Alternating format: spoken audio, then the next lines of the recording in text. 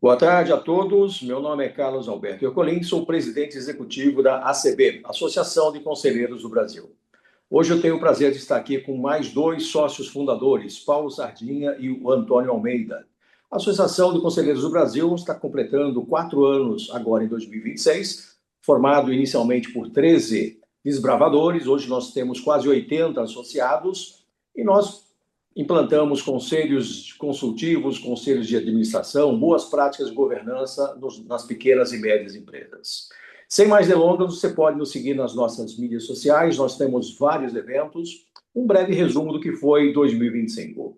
Nós tivemos o nosso segundo fórum de governança, onde tivemos quase 200 participantes.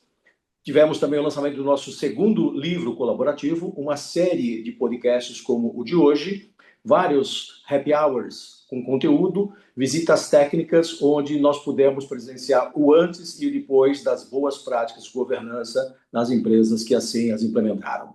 Para 2026, nós temos uma continuidade, temos um conselho de administração novo, um conselho fiscal também novo, uma nova gestão, portanto. Teremos o nosso terceiro fórum de governança, desta feita uma edição internacional, onde traremos alguns parceiros da Austrália, Estados Unidos, América Latina. É novidade ainda, será por volta de agosto, mas a gente já pode antecipar que o conteúdo vai ser bem atual, falando de inovação, inteligência artificial. Teremos o nosso terceiro livro colaborativo e também o Prêmio de Governança. Esse ano nós estamos instituindo o Prêmio de Governança. Então, nos aguarde. Além, obviamente, de novos podcasts, happy hours, os nossos comitês estão muito ativos, mas isso tudo você pode nos seguir tanto no LinkedIn como no Instagram. Sem mais delongas, tudo que nós falamos resulta em pessoas. Então, 2026, o foco é pessoas. Para isso, nós temos aqui a presença ilustre do Paulo Sardinha, que é da BRH, e o Antônio Almeida, que vai ser o nosso host de hoje. Então, Antônio, por favor, faça as vezes. Obrigado e boa noite a todos. Obrigado, Ercolim. Obrigado ao Paulo por ter aceito o nosso convite. E, como os senhores sabem, nós somos a Associação de Conselheiros do Brasil, formado por ex-alunos da FGV. E fizemos a nossa, digamos assim, nossa instituição baseada exclusivamente na presença de conselheiros. Conselheiros que fizeram sua certificação tanto na GV como em outras escolas do mercado. E nossa atuação na educação continuada, da qual eu fui responsável até dezembro do ano passado, ela constitui o meio em que os nossos comitês geram conteúdos e debatem esses conteúdos em podcasts, webinars e, finalmente, no fórum da instituição. Estamos aqui hoje com o nosso querido Paulo Sardinha, que é da ABRH, e vamos conversar hoje sobre Foco 2026. Os senhores sabem, tem muita coisa acontecendo no mercado, é geopolítica, é tecnologia, é automação, enfim. O que que nós temos de comum com isso tudo? Pessoas. E a gente, durante um jantar muito agradável no Rio de Janeiro, sugerimos ao Paulo que a gente falasse de pessoas como uma perspectiva mais sólida para 2026. E é por isso que nós estamos aqui. Mais uma vez, Paulo, muito obrigado por ter aceito o nosso convite. Muito bem. Primeira questão que a gente coloca para o Paulo. A natureza humana é uma dimensão imutável no meio de todas essas mudanças. Mas, Paulo, o que é esse imutável? Qual é a consequência da natureza humana ser imutável no meio disso tudo? O que é que você tem para nos dizer de uma maneira geral para 2026? Ok, muito bem, de mais nada. Ercolim, Antônio, obrigado aí pelo convite, bom estar com vocês. Eu chamo a atenção para a natureza imutável, no sentido de que as condições ambientais, organizacionais, para não ficar estendendo sobre as outras, elas têm uma mudança extremamente forte e veloz. Até que eu estou repetindo o que todo mundo sabe. Mas começa a ser necessário entender que as características humanas, ou seja, as questões relacionadas à competitividade, ao egoísmo, ao ciúme, à inveja, à colaboração, né? a, a, a predisposição para uma atuação democrática, ela permanece e ela é universal. Ou seja, nós não temos hoje uma definição de colaboração ou competição humana que seja diferente daquela que se estabeleceu antes da Primeira Guerra Mundial, né?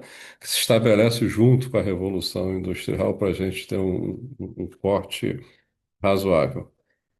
O que nós começamos a ver é uma velocidade do ambiente, da tecnologia, que acelera e que muitas vezes faz com que todo o conjunto de emoções e sentimentos de indivíduo possam ser alterados e prejudicados. Eu vou falar dentro de uma organização.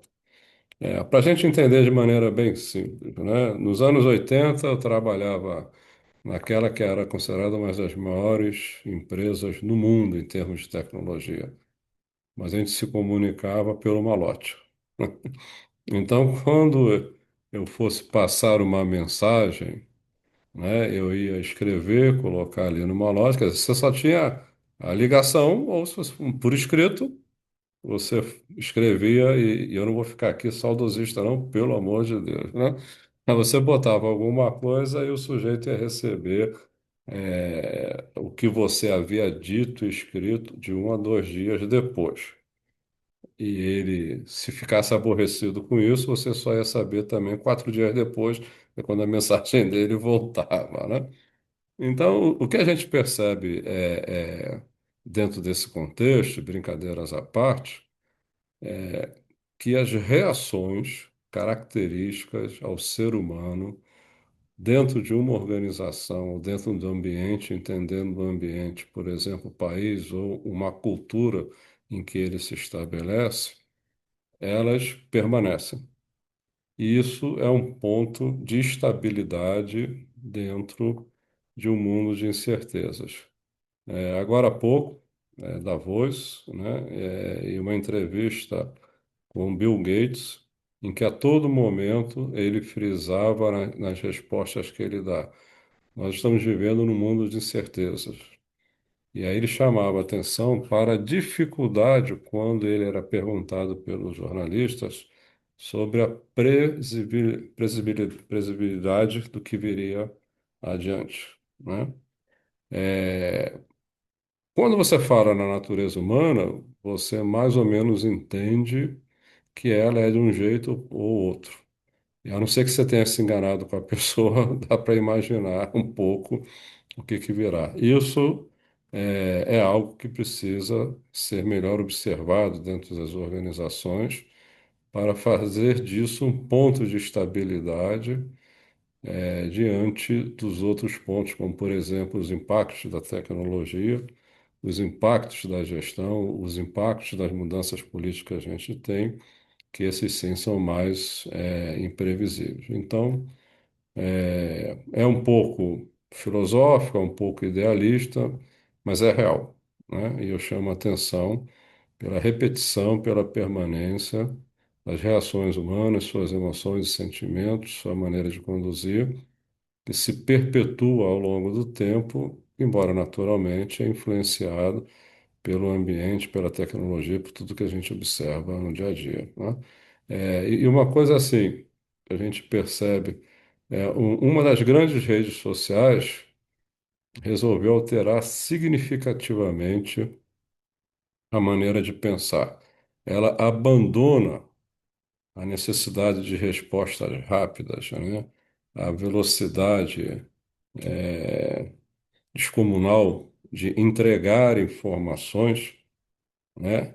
E passa a dar um direcionamento de que ela quer ser percebida para uma entrega com mais profundidade. Isso, na verdade, é uma queixa que muitos de nós viemos trazendo, que era esse cansaço que o ser humano estava dentro de um universo em que ele era bombardeado, era sempre impelido em velocidade. Isso vinha cobrando pela perda de profundidade, pela perda de exatidão. E aí, a chegada até da inteligência artificial, eu não quero misturar os assuntos, ela traz de volta ao ser humano uma recuperação da velocidade do seu pensamento, em que ele pode chegar ao ponto de tomada de decisão tendo acessado as informações mais rapidamente. Isso é um benefício muito grande que a inteligência artificial ela entrega, né? O campo da pesquisa, da busca de informação, tudo isso é acelerado. É, a questão é se as respostas que vêm são seguras ou não. Sabemos que tem um questionamento, mas vamos admitir que boa parte é.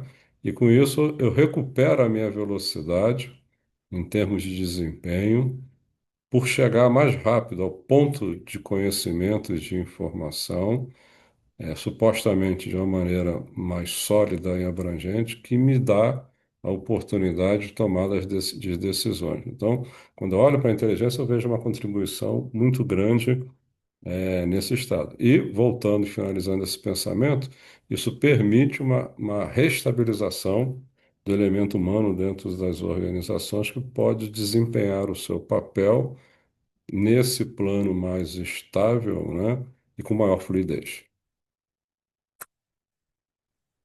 Valeu, Paulo.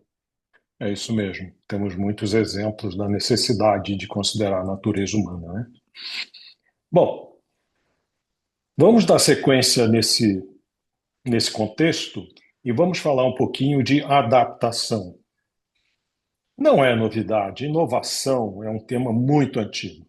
Desde que o mundo corporativo existe do jeito que a gente conhece, a gente fala de inovação, a gente fala de melhoria contínua, a gente fala da implantação de novas tecnologias, de treinamento, recapacitação das pessoas, reciclagem de quem já aprendeu aquilo que foi, digamos assim, exigido para aquela função que ele está exercendo, enfim, inovação e reciclagem, e hoje a palavra da moda é reskilling, né? Os hard skills e soft skills.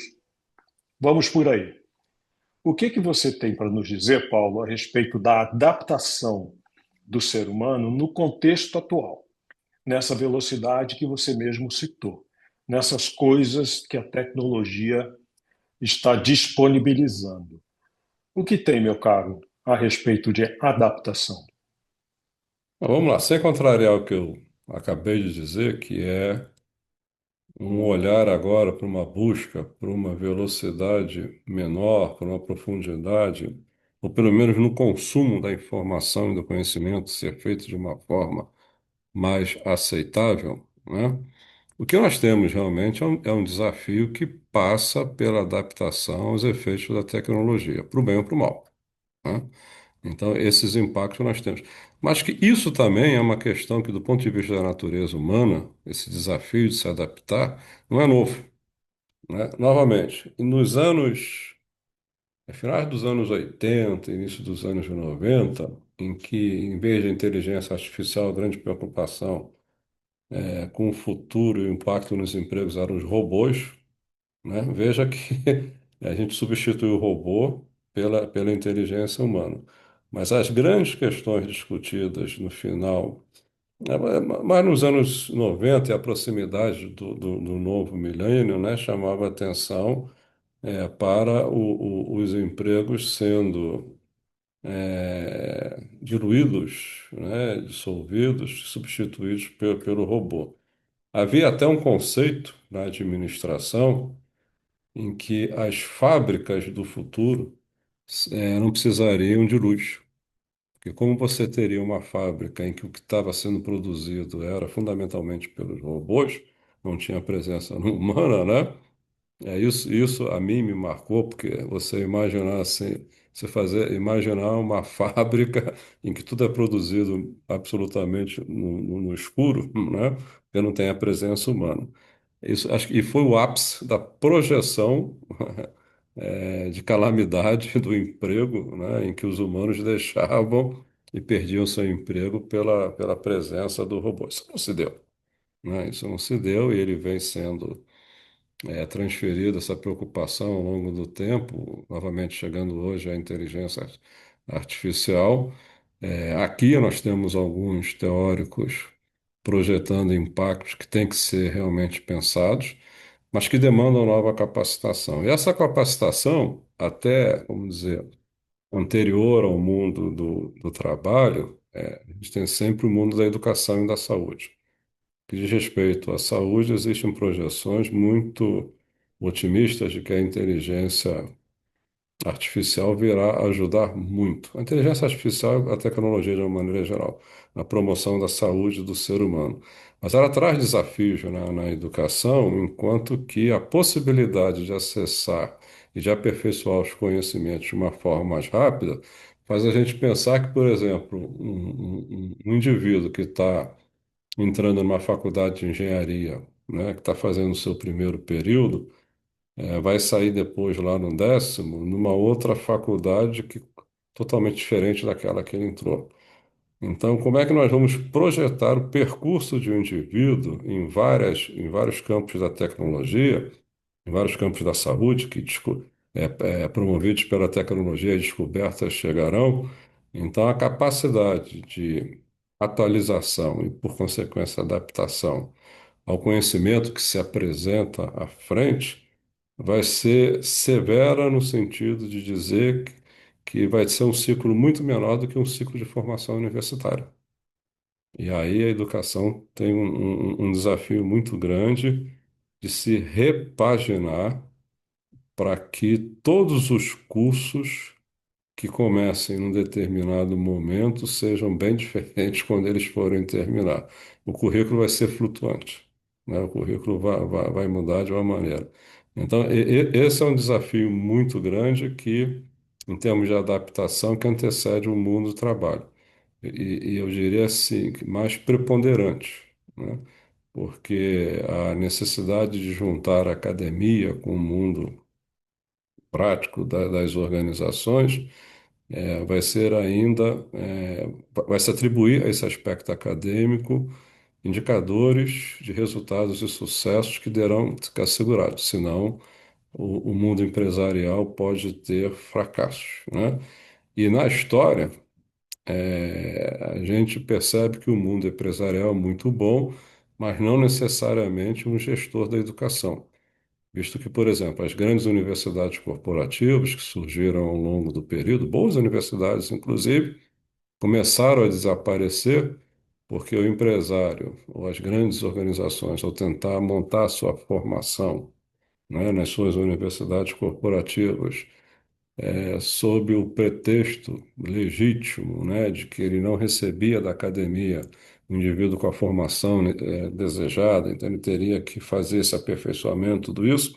Mas essas universidades corporativas perceberam um ponto vulnerável muito grande, que é a não familiaridade do meio empresarial com a gestão da educação. Isso é próprio dos meios acadêmicos.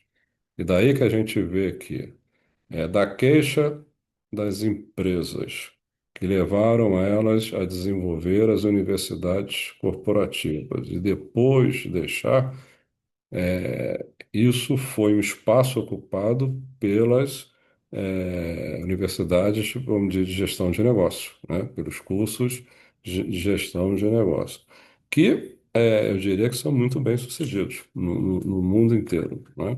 Então, então, a proximidade entre a saúde, perdão, entre a educação e o mundo empresarial se deu pelo aperfeiçoamento no mundo acadêmico, né, que gerou essas escolas de negócio. Isso é um fenômeno que, na sua raiz, ele vai ter que se repetir.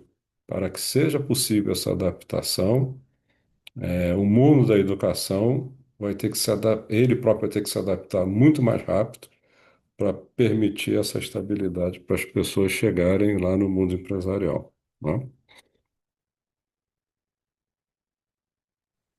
Muito bem, sem dúvida nenhuma. Marca muito essa tua fala de que o sujeito começa uma universidade de engenharia de 10 períodos e a caminhada do primeiro ao 10º, sabe Deus como vai acontecer daqui para frente e o esforço de adaptação que terá que ser feito não só pelo estudante, mas principalmente pela instituição. Isso ficou muito claro. Aí, Antônio, deixa eu até completar algo que eu li recentemente que foi interessante. Houve uma crítica muito grande a todas as empresas que produzem o celular, notadamente a empresa que lidera, né? Falando que a variação de um ano para o outro de um modelo tem sido mais perfumaria do que grandes impactos de tecnologia. E os especialistas dizem, olha, quando eu comparo o celular que é lançado no ano comparado ao anterior, ele perdeu aquilo de trazer um impacto significativo. Ele tem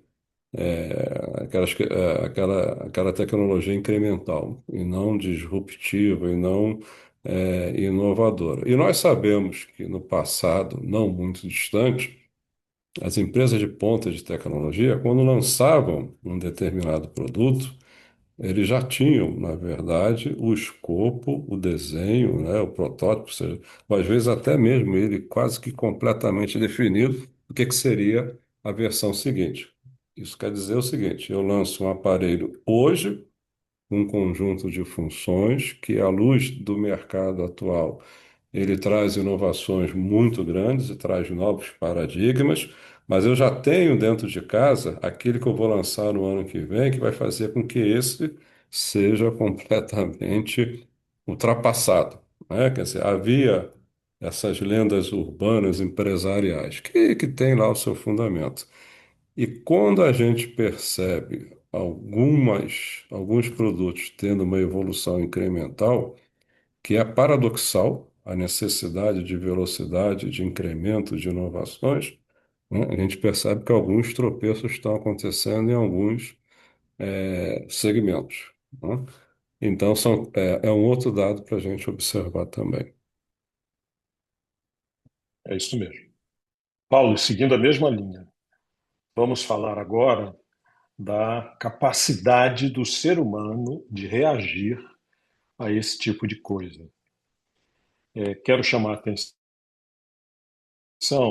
uma vez, que não dá para a gente dimensionar, nem ficar aqui divagando sobre geopolítica, não dá para a gente ficar divagando sobre política, não dá para ficar divagando sobre nada disso, porque a nossa realidade nas empresas exige que você navegue nisso tudo. Ó, você tem conta para pagar, você tem cliente para atender, enfim, o ser humano ele está no meio disso tudo, mas às vezes surge alguma coisa muito impactante que ele realmente não estava esperando. Todos nós aqui, até devido à nossa idade, nós passamos por algumas experiências, né, profissionais e pessoais impactantes. A mais impactante que eu passei na minha vida profissional foi o Plano Real. Nós estávamos exaustos de hiperinflação, exaustos daquela conversa toda, e de repente, não mais que de repente, surgiu uma teoria, em cima da teoria, uma tablita, e eu quero citar esse exemplo só para a gente ter noção do que é você ter capacidade de reagir para aquilo que está acontecendo. Nós tivemos três moedas girando no Brasil no Plano Real. Nós tivemos a moeda antiga, que eu nem lembro o nome, nós tínhamos o real e nós tínhamos aquela conversão de URV, né, para rodar, que tinha uma característica de correlacionar uma com outra. Eu trabalhava numa empresa de cartão de crédito, nós ligamos para a matriz e falamos que íamos precisar de uma terceira moeda nacional, no mesmo sistema. E a pessoa da matriz, que era responsável por tecnologia, desligou o telefone na nossa cara. Desligou assim, que ó, pá, nem ouviu mais o que a gente tinha para falar. Tivemos que entrar em contato, fazer um cotovelo, né, com alguém que a gente conhecia para ele ligar de volta. E ele falou: escuta, vocês ficaram malucos? Que terceira moeda é essa? Eu falei: olha, a gente não esperava, não sabia e teremos que resolver esse problema. E ele, que no início bateu o telefone na nossa cara, ele resolveu. Ele usou uma moeda de um país que não tinha uma operação internacional e nós trabalhamos durante 90 dias com o dinheiro antigo, com dinheiro novo, e a conversão funcionava numa moeda que existia no sistema, mas não tinha operação. Ou seja, é uma total capacidade de reagir até quando o cara bate o telefone na tua cara. Então, vamos pegar esse exemplo como base de reagir ao que eu não conheço, e já vou colocar aqui para todos que estão nos ouvindo que não vale a gente falar de avião na torre, tá? Isso não é desse tipo de reação que a gente está querendo falar. Mas vamos discorrer sobre o mundo corporativo comum e a capacidade que a gente tem que ter de reagir ao que eu não conheço, ao que está vindo por aí. Alguma coisa? Olha só, novamente, num passado não muito distante, você fazer planejamento estratégico poderia lembrar a projeção de três cenários em que você atribuía as probabilidades de existência de um dos três cenários mais preponderantes e você desenvolveu o teu planejamento considerando a existência de múltiplos cenários. Hoje em dia, a questão não são os cenários, que esses cenários são realmente imprevisíveis. Vamos lá, apesar do anseio da humanidade pela estabilidade, exceto na natureza humana, o ambiente e as organizações continuam estáveis, imprevisíveis e incertos. Então, você elaborar hoje três cenários, talvez você tenha que fazer a elaboração de 30 e assim mesmo ainda pode correr o risco de errar. Então, diante de toda essa imprecisão futura, né, o ideal talvez seja dizer o seguinte: eu tenho que me preparar para o cenário que eu desconheço. E aí que volta, vamos dizer, para o ser humano. Enquanto eu olho para frente e vejo que está absolutamente imprevisto, que a ideia de forma certamente eu vou chegar a um cenário hoje desconhecido, o- com tecnologias desconhecidas, com impactos políticos, né? A gente está falando, quer dizer, a diferença é o homem tem uma natureza política, isso é diferente das práticas políticas que ele realiza, né? Então, diante de tudo isso absolutamente desconhecido, incerto, né? O que nós temos de estabilidade é o ser humano e as suas capacidades que se perpetuam, né? Com apoio. Eu trabalhei numa empresa em que foi criado o cargo de gerente de produtos desconhecidos. E quando esse cargo foi apresentado, formalmente na estrutura, esse rosto de surpresa que o Ercoli fez foi o mais suave, porque ele foi o que seria hoje motivo de meme, né? Você imagina os memes, o cargo de gerente de produtos desconhecidos. A pessoa que foi designada, coitada, sofreu durante um bom tempo, até que ficou compreendido que era uma área que reconhecia que alguns produtos no futuro ainda não existiam, ainda estavam por vir, e ele tinha que preparar a empresa para reagir, né, sobreviver e lucrar, e modificar e trabalhar diante disso. Talvez muitas empresas, se tivessem essa diretoria, esse cargo de gerente, não tivessem fracassado na troca de produtos que chegaram, né? Eu me lembro, outro dia eu estava estudando um pouco o caso da Fuji, né? O declínio dos rolos de filme foi, se eu não me engano, superior a 30%. Então, você perder 30 ou mais por cento do seu principal negócio ao ano, nós estamos falando que uma empresa do tamanho da Fuji estava fadada a desaparecer do ponto de vista do negócio principal, que eram os filmes, em 3 anos. Então, e muitas outras. Então, essa dimensão de tempo é assustadora como ela prever o impacto. Ela não faliu e ela, entre outras coisas, ela pegou todo o conhecimento químico que ela tinha na propriedade de fabricação dos seus filmes e tudo, é, a propriedade desses elementos químicos e começou a correlacionar e saiu, por exemplo, com produtos, se eu não me engano, produtos de cremes, né, de pele, alguma coisa assim, né? Então ela pegou, ela sabia que no trato dos filmes havia um determinado produto que tinha tal natureza de preservação e aplicados, né, sobre a pele, a propriedade de preservação, né, se dava. Então ela teve uma mudança muito grande, mas foi uma mudança dolorida que antes passou por uma reestruturação, passou por uma demissão grande, né, de pessoas até que ela pudesse restabelecer.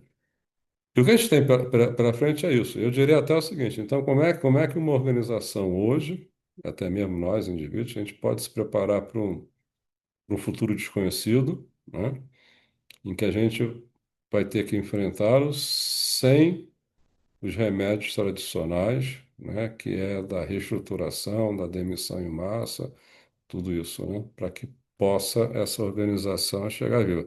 Tal qual o conceito, né, que eu brinquei, olha, o aluno entra na faculdade de engenharia no período, ele sai lá no 10º período, uma faculdade totalmente diferente da que ele entrou, e assim deve ser, para sustentar essa boa formação, né? As empresas devem imaginar que estão ensinando um ciclo, né, em que daqui a um prazo de 3, 4, 5, 10 anos, elas estarão num ambiente totalmente diferente, com uma demanda totalmente diferente, que pode ter reduzido seu principal produto a zero, né? E o que assegura isso? A capacidade humana, né? A capacidade humana de desenvolver, de tomar decisões e desenvolver soluções com apoio da tecnologia que possa sustentar essas organizações. Então, voltamos ao início da nossa conversa, talvez a única estabilidade nesse mundo incerto, né, seja a natureza humana, né, tal como ela é desde sempre, desde que nós conhecemos, influenciada naturalmente pelo conjunto de fatores com que a gente lida.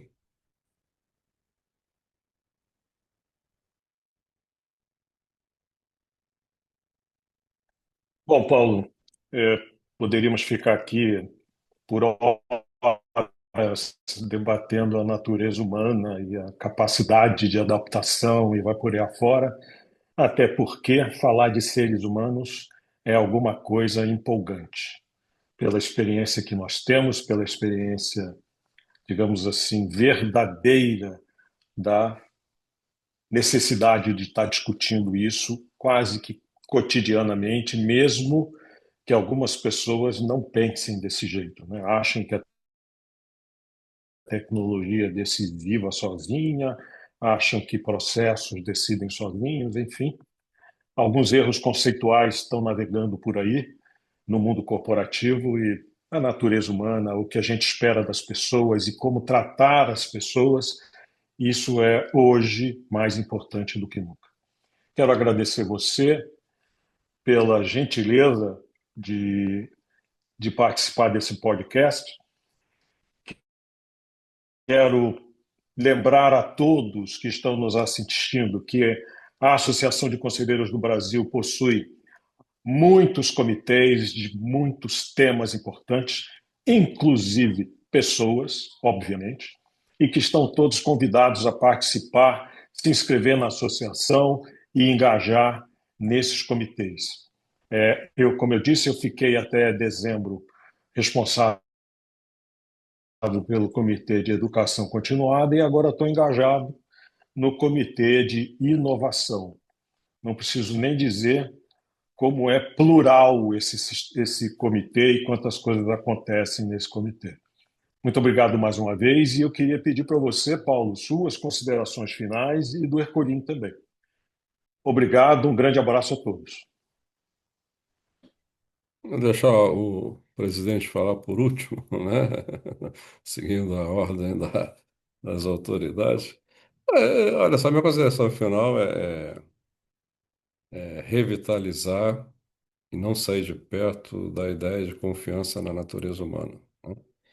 A gente fala muito dos erros e dos problemas que acontecem aí, mas muitos acertos também estão acontecendo, né? A questão é que o impacto daquilo que a gente vê de forma negativa à nossa volta tende a ser percebida de uma maneira maior que um conjunto de tantos acertos que nós estamos.